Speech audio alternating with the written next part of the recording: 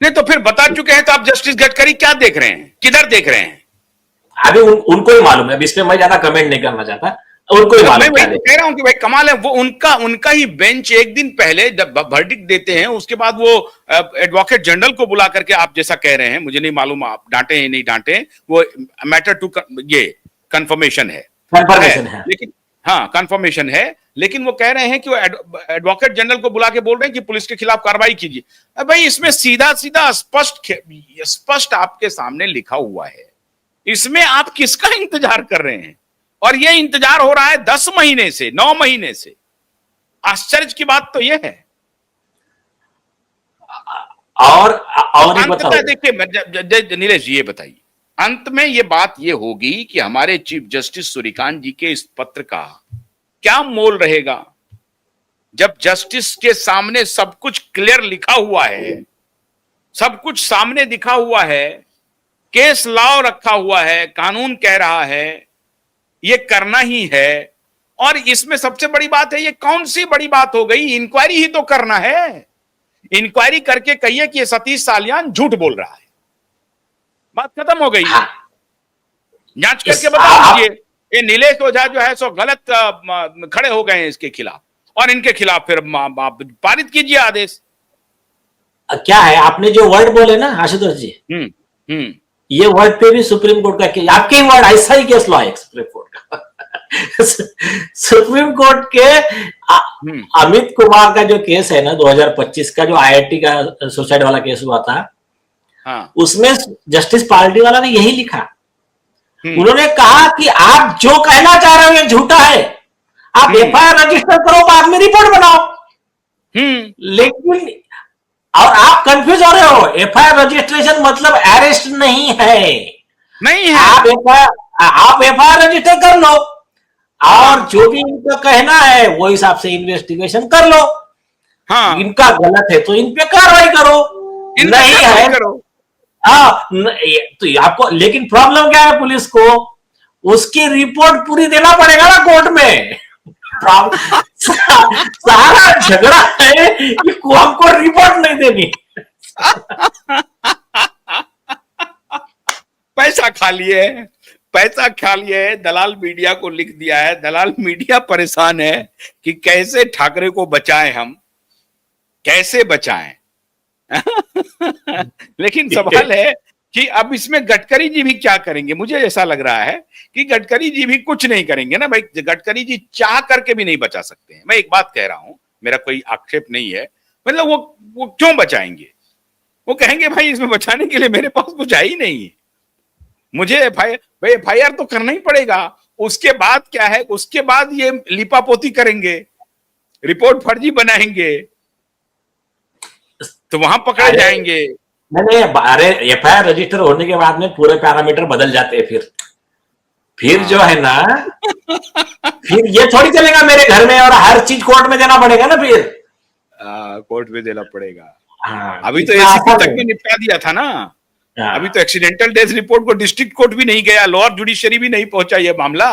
ACP ने कह दिया, एसीपी ने कह दिया, हम संतुष्ट हो गए।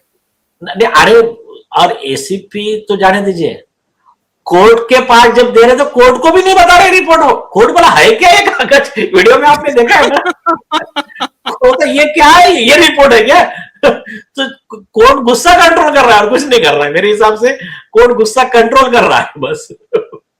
इसका मतलब है कि अगले हियरिंग में जस्टिस गडकरी का गुस्सा सातवें आसमान पर होगा, ये 100% है। अब मैं हैरान हूं कि वो लाइव हियरिंग क्यों रोक दिया गया है, या किस कोई तकनीकी कारण होगा। मैं हाईकोर्ट से हाथ जोड़ करके प्रार्थना कर रहा हूं कि मैंने आप इसके पहले भी बताया था कि इसी मुंबई हाई कोर्ट ने देश में लाइव हियरिंग की नजीर रखी थी 1952 में। मुंद्रा केस था, जो बाद में वो जस्टिस नेहरू कैबिनेट में एजुकेशन मिनिस्टर बने थे।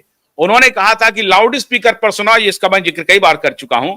तो ये मुंबई हाईकोर्ट की उन्होंने ही नजीर पेश किया है लाइव हियरिंग का। तो लाइव स्ट्रीमिंग होने दीजिए, उस वक्त तो लाउड स्पीकर था, अब तो लाइव वीडियो चल रहा है। सुनिए क्या है, ये तो पहला हो गया।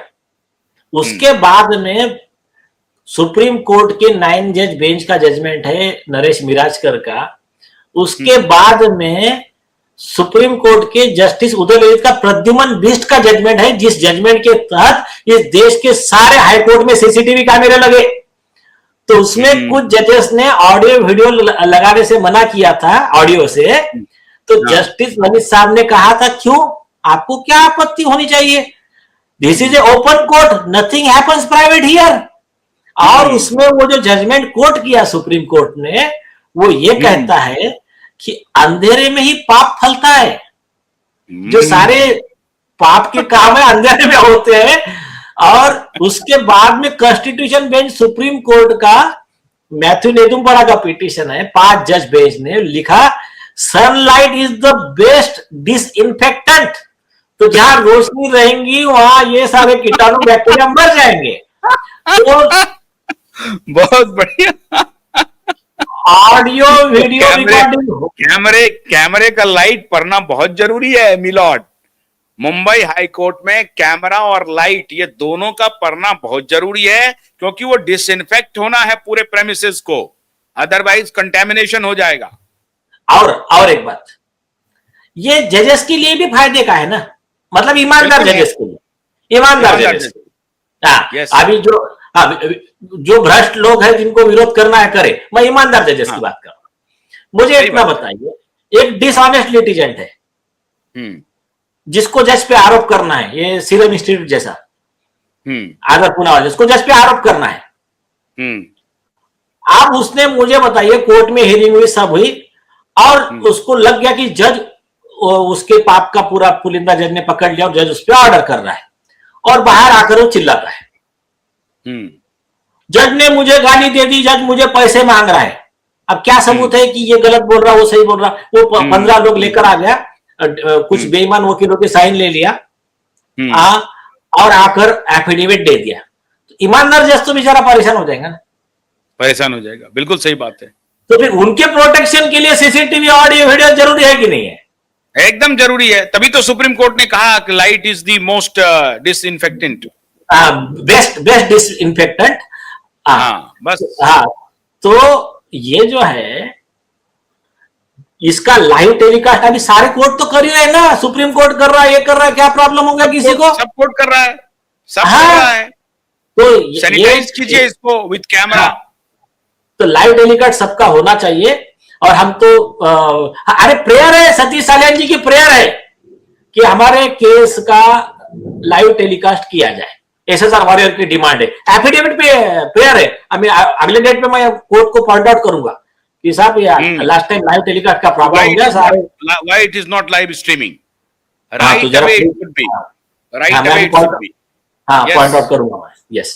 तो ऐसा हो रहा है, तो मुझे लगता है कि माननीय सूर्यकांत जी का जितने हाथ हम मजबूत ज्यादा करेंगे, उतना इस देश की न्याय व्यवस्था ज्यादा मजबूत होगी, और हमारे ही नहीं, आने वाले पीढ़ियों के लिए भी बहुत एक बेहतर देश, एक न्यायप्रिय देश हम बनाने में मतलब अपना योगदान देंगे, सफल होंगे, ऐसी हमको अपेक्षा है। जय हिंद।